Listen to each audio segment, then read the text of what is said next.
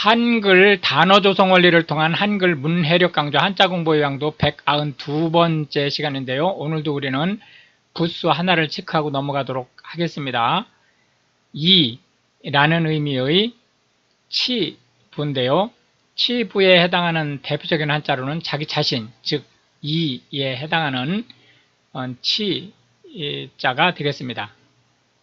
오늘 첫 번째 살펴볼 한자로는 이에 해당하는 치자가 되겠습니다. 이라는 의미의 치자가 되겠습니다. 순서가 조금 신경 써야 될 수 있으니까요. 참고하시기 바랍니다. 이라는 의미의 치자 하나, 둘, 셋, 넷, 다섯, 여섯, 일곱, 여덟, 아홉, 열, 열하나, 열둘, 열셋, 열넷, 열다섯 해서 총 15획에 해당하는 한자가 되겠습니다. 이라는 의미의 치자가 되겠습니다. 어금니, 송곳니, 앞니 이런 이를 나타내는 한자가 되겠습니다.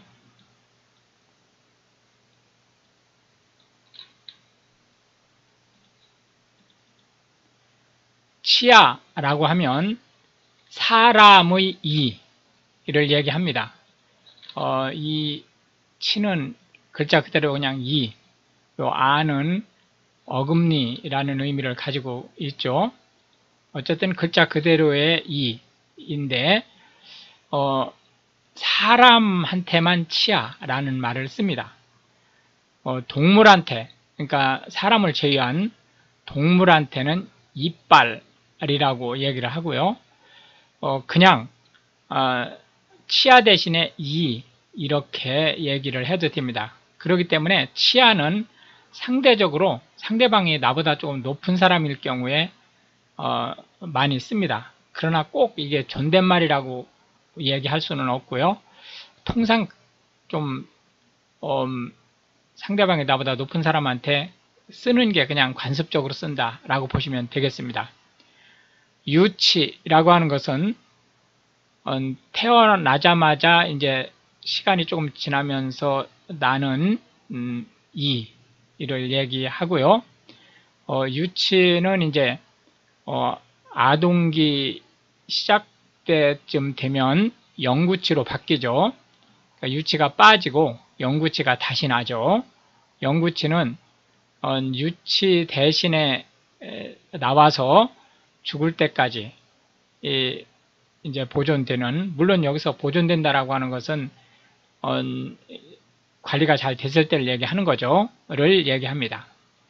치과라고 하면 치아 관리 및 또는 질병 치료와 관련된 병의원의 한 디파트먼트를 얘기하는 거죠. 칫솔이라고 하면 치아를 관리하기 위한 세척 도구를 얘기합니다. 치약이라고 하면 계면 활성제와 충치 예방 등을 위한 일종의 이제 교질 형태의 약이라고 하는데 이 약은 이제 우리가 얘기하는 의약품의 약이라기보다는 약으로서 쓰는 물품이다 라고 보시면 되겠습니다. 충치라고 하면 벌레 먹은 이 또는 이를 상하게 하는 벌레를 뜻합니다.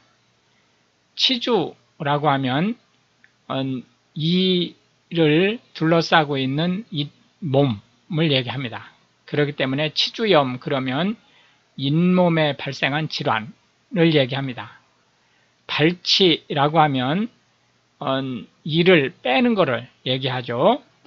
유치를 빼는 것도 발치고 충치를 빼는 것도 발치고, 또 요즘은 이제 사랑니가 잘못하면 쉽게 썼기 때문에 사랑니를 사전에 이제 제거하는 수도 있죠. 그럴 때 이제 발치라고 얘기를 합니다. 설치류라고 하는 것은 송곳니가 없이 앞니가 송곳니처럼 된 포유류를 얘기합니다. 통상 우리가 쥐에 해당하는 거고요. 앞니가 한정없이 자라기 때문에 무엇이든지 갉아서 없애는 그런 성질을 가지고 있습니다. 가라고 하는 것은 더하다 라는 한자가 되겠습니다. 오늘 두 번째로 살펴볼 한자인데요. 무엇인가에 덧붙이다 라는 의미의 가자가 되겠습니다. 힘력자에 입구자를 붙여서 가자가 되겠는데요. 더하다 라는 의미의 가자가 되겠습니다. 가산, 그럼 덧셈, 사칙연산에서 덧셈을 뜻하고요. 추가하다 라고 하면 덧붙이다, 기존에 있는 거에 무언가를 더 넣다, 그런 뜻이죠. 증가하다 라고 하는 것은 양이나 수적으로 늘어나다, 그런 뜻입니다.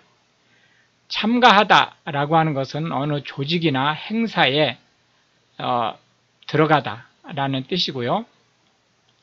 가입하다 라고 하는 것은 어느 조직이나 또는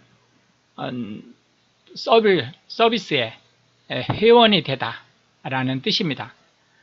통상 참가하다는 기본적으로는 일회성인 거죠.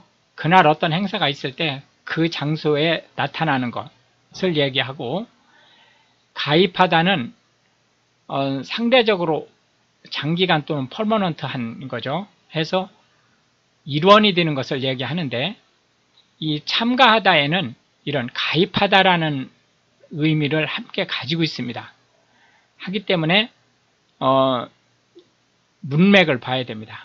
문맥을 볼 때 어떤 행사나 이런 거에 일회성으로 그 장소에 출연했다라고 해석할 것인지, 그렇지 않으면 일원이 됐다라고 볼 것인지는 문맥을 봐야 됩니다.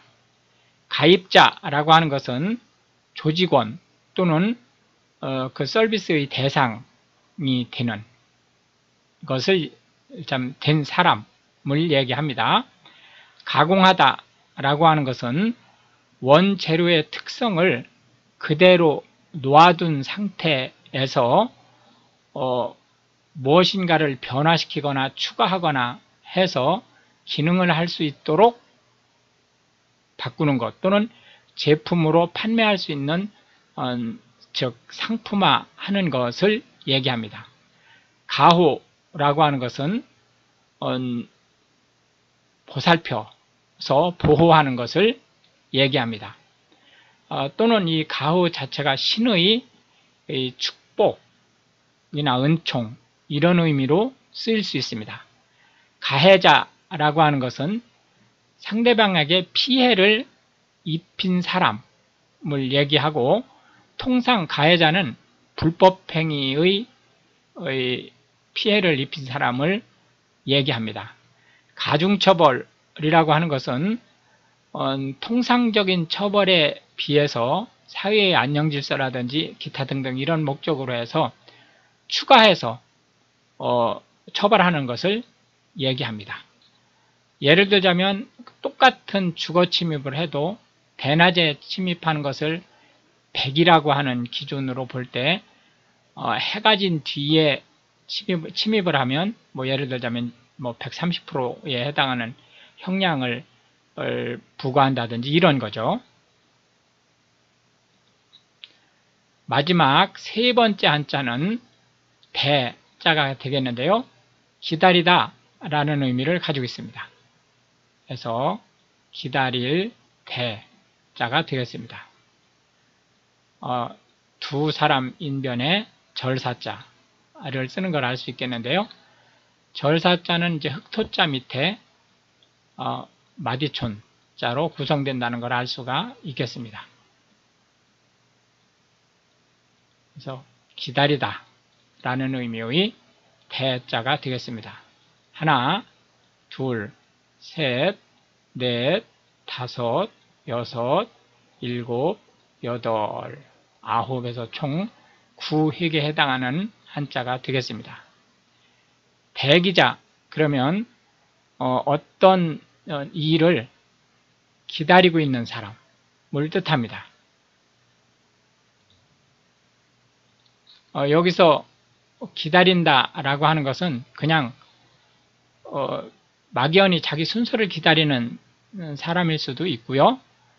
또는 이미 대상으로 확정이 됐는데 시간이라든지 이런 것이 아직 그 조건이 완전히 안 갖춰졌기 때문에 그때 그런 조건이 다다를 때까지 잠시 기다리고 있는 사람일 수도 있습니다.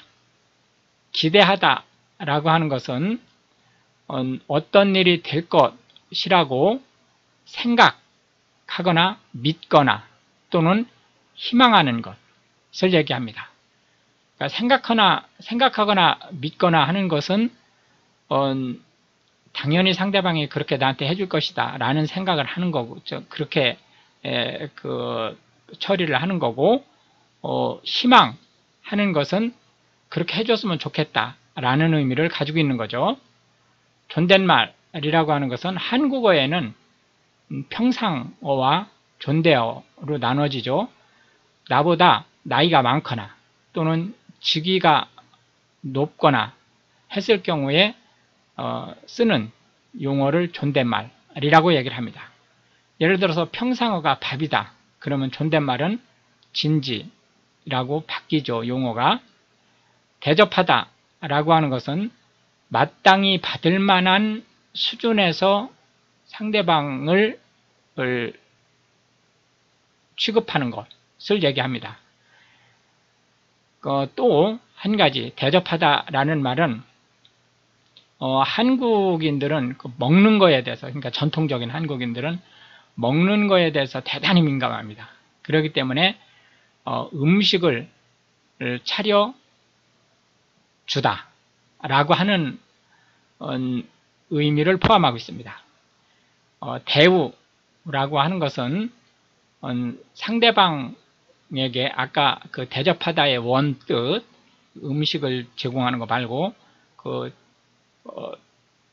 적당하게 마땅히 받아야 될 그러한 처우를 해주다 라는 그런 말이 대접하다하고 같은 말입니다. 그런 처우를 대우라고 얘기를 하고, 또 한 가지는 예를 들어서 직장에서 그 사람에게 어떤 직책, 직무, 직위와 급여를 제공하느냐라는 것이 대우라는 말로 표현됩니다. 우대하다라고 하는 것은 선의로, 좋은 감정으로 대우하다라는 말도 되고, 다른 사람들에 비해서 더 좋은 조건으로 서비스하다라는 뜻도 가지고 있습니다. 홀대하다라고 하는 것은 상대방을 가볍게 여기다, 중요시 않다라는 뜻이고요. 천대하다는 거기에 한술 더 떠서 천하게 여기거나 푸대접하거나 업신여기는 것을 얘기합니다. 대합실이라고 하는 것은 공공기관이나 다중시설에서 여기서 대기자, 그 서비스를 대기하는 사람들이 머무를 수 있는 장소를 얘기합니다. 고대하다라고 하는 것은 이 앞에 학수라는 말을 붙여서 학수고대하다 이런 말을 쓸 수 있는데요.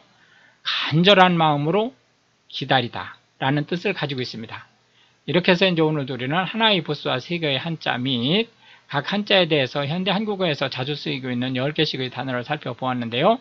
이것이 한국어 문해력 향상에 도움이 되고, 특히 외국인으로서 한국어를 배우시는 분들한테 한국어 단어가 어떤 형태로 만들어지고 또 운용되는지에 대한 보다 정확한 의미를 전달하시게 되기를 바라겠습니다. 시청해 주셔서 감사하고요. 우크라이나를 위해 기도해 주시면 더욱 감사하겠습니다.